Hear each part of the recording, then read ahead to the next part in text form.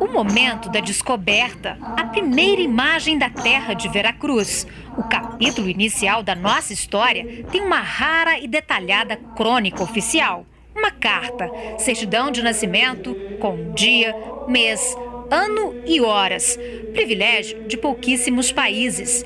Privilégio do Brasil. E assim seguimos nosso caminho por este mar de longo, até que de terça-feira das oitavas de Páscoa, que foram 21 dias de abril, topamos alguns sinais de terra. E quarta-feira seguinte, pela manhã, topamos aves a que chamam furabuchos. Neste mesmo dia, a horas de véspera, houvemos vista de terra. A saber, primeiramente de um grande monte, muito alto e redondo, e de outras serras mais baixas ao sul dele, e de terra chã com grandes arvoredos, ao qual Monte Alto o capitão pôs o nome de um Monte Pascoal, e à terra, terra de Veracruz.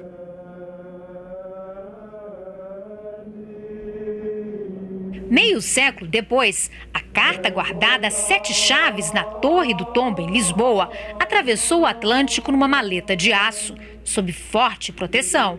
O documento desperta curiosidade.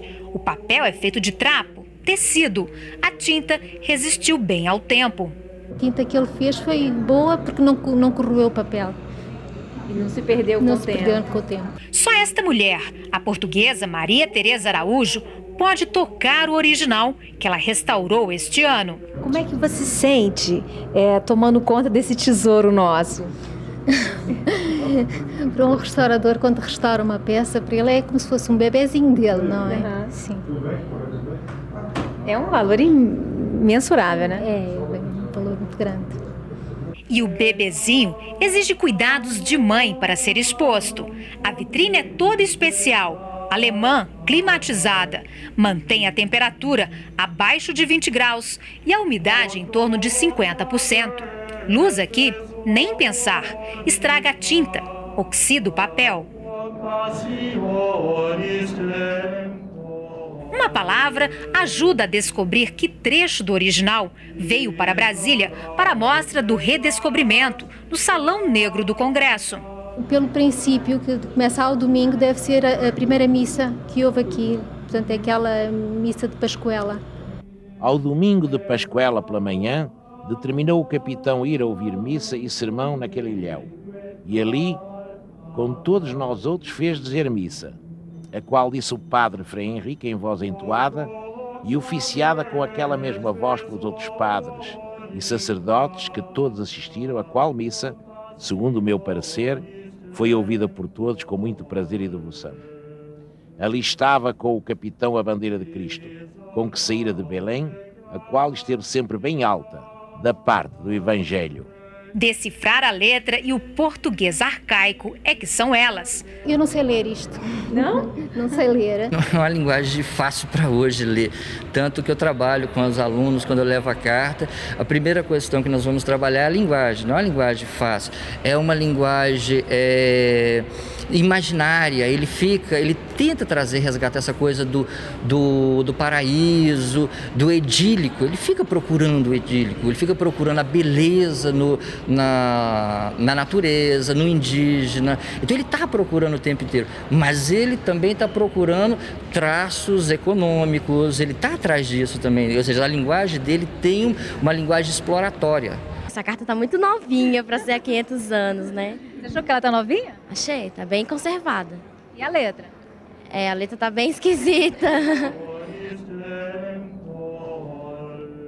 É a segunda vez que a carta de Caminha vem de Portugal para o Brasil. A primeira foi em 1954. Agora, para festejar os 500 anos, ela percorre algumas capitais brasileiras até abril do ano que vem. Mas em nenhum lugar o documento vai ser visto por inteiro. Ele permanece bem guardado em segredo num banco. Apenas 2 das 14 folhas manuscritas do original são expostas. Não podem passar mais do que 1 mês e meio assim. Por isso, a cada cidade elas são trocadas. Mas já é o bastante para provocar na gente uma certa emoção. Conterrâneo de Pero Vaz, 37 anos vivendo no Brasil, Vitor Alegria olha o documento com reverência. fica de queixo caído e não esconde o que sente. Eu fiquei arrepiado. Até agora ainda estou assim. Eu senti como se eu fosse uma coisa muito pequenina. Algo assim, sei lá, microscópico. Porque o peso dela quase me abafava. Porque era o peso dos anos e o peso da dimensão que aquilo provocou. É como se fosse algo de religioso, como se fosse um símbolo de uma profundidade extraordinária. A gente chega ali e olha com reverência. A linguagem é quinhentista, mas não literária. O diário de bordo de Pero Vaz, escrito entre 22 de abril e 1º de maio de 1500, revela um estilo diferente dos tradicionais relatos dos navegadores da época, sempre em busca do paraíso perdido, da terra de fartura sem fim, da terra abençoada. Sensação que estava chegando a uma época e a um local que era uma coisa tão maravilhosa que o grande cronista, esse jornalista, talvez o primeiro da história, se revelou com uma emoção que transborda o simples relato oficial de uma carta ao rei. Que não é uma carta protocolar, não é uma carta cheia de encômios. Ele vai mostrando que ele próprio ficou chocado com toda essa natureza. E a terra de cima toda chã e muito cheia de grandes arvoredos. De ponta a ponta é toda praia, muito chã e muito formosa. Águas são muitas, infinitas, em tal maneira é graciosa, que querendo a aproveitar, dar-se-á nela tudo, por causa das águas que tem. Ele está também fazendo um relato que você pode dizer científico. Ele está fazendo um relato não só idílico, mas científico. Em um determinado momento ele fala em ouro, no início da carta, e no final ele vai ressaltar novamente essa terra, boa terra que tudo poderá dar, ela não tem nenhum metal precioso, ela não tem aquilo que nós estamos atrás, mas devemos salvar o principal que nós estamos fazendo aqui, é a recomendação dele, salvar essa gente.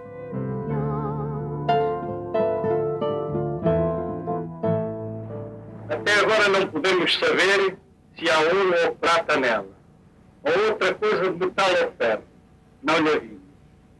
Contudo, a terra em si é de muito bons ares, frescos e temperados como os vientos de Douro e Minho, porque neste tempo de agora, assim os achávamos como os de lá.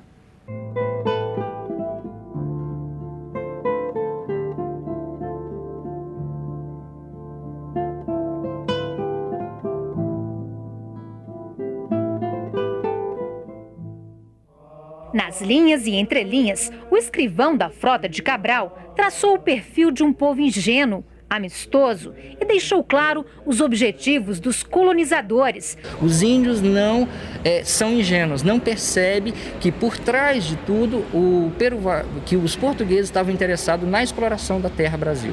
Ela não tem nenhum metal precioso, ela não tem aquilo que nós estamos atrás, mas devemos salvar o principal que nós estamos fazendo aqui, é a recomendação dele, salvar essa gente. Essa gente que eu volto a dizer, lembra que eu falei agora mesmo? Uma gente que ele considera inocente, que deve ser salva, que deve ser cristianizada.